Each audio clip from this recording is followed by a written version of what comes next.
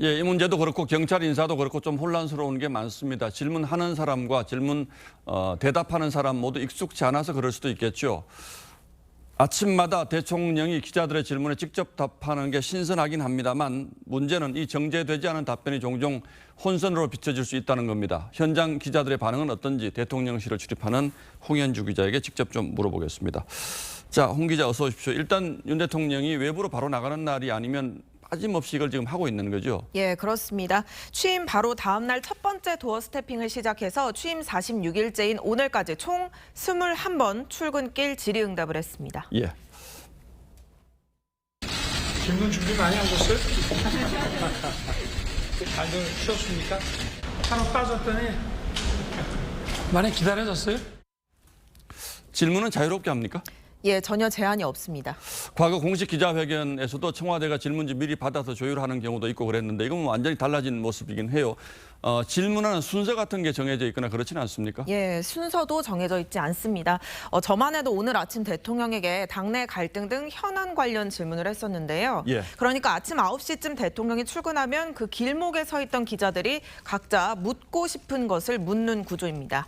취임 초반에는 질문을 한두 개만 받았었는데 최근에는 최대 7개까지 받으면서 기자들의 질문 경쟁도 뜨거워지고 있습니다. 여러 기자들이 동시에 질문을 하면 대통령이 순서를 지키라면서 직접 정리에 나서기도 합니다. 순서대로. 잠깐만 좀 순서대로. 이제 하나만 더 받을게요. 예, 뭐 정말로 미리 짜여진 각본 같은 건 전혀 보이지 않는군요. 이렇게 하겠다는 것도 공약이었잖아요. 예, 그렇습니다. 참모 뒤에 숨지 않겠다는 약속을 지키려는 대통령의 의지가 컸다는 것이 이 대통령실의 설명입니다. 도어 스태핑을 기획한 관계자는 대통령의 얼굴 표정과 몸짓도 하나의 메시지라는 생각에서 출발했다고 했습니다.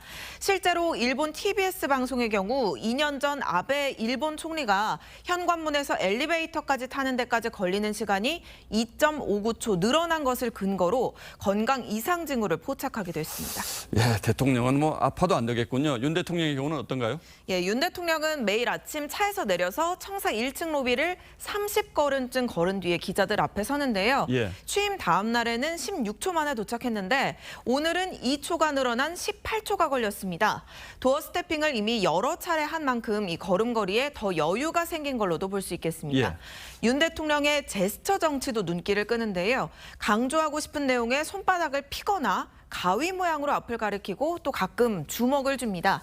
의도치 않게 가위바위보와 비슷한 모양을 만들고 있는 셈입니다. 자, 그런데 문제는 대통령이 아침에 일찍 이렇게 출근하면서 뭐 어제 각 부처가 쏟아낸 정책들을 다 숙지하고 온다고 볼 수는 없잖아요. 그래서 이제 이런 것들이 가끔씩은 혼선으로 비칠 수 있지 않겠습니까? 그렇습니다. 그래서 실제 일부 참모들의 경우 이 도어 스태핑 횟수를 줄이자고 주장하고 있다고 합니다. 취지는 좋지만 작은 실수가 큰 논란으로 이어질 수 있다는 겁니다. 특히 윤 대통령이 기존 정치인과는 좀 다른 특유의 솔직 화법으로 직설적인 표현을 즐기기에 더 그럴 겁니다. 예. 대통령 집무실도 시위가 허가되는 판이니까 과거에 민변 출신들이 아주 도배를 하지 않았습니까?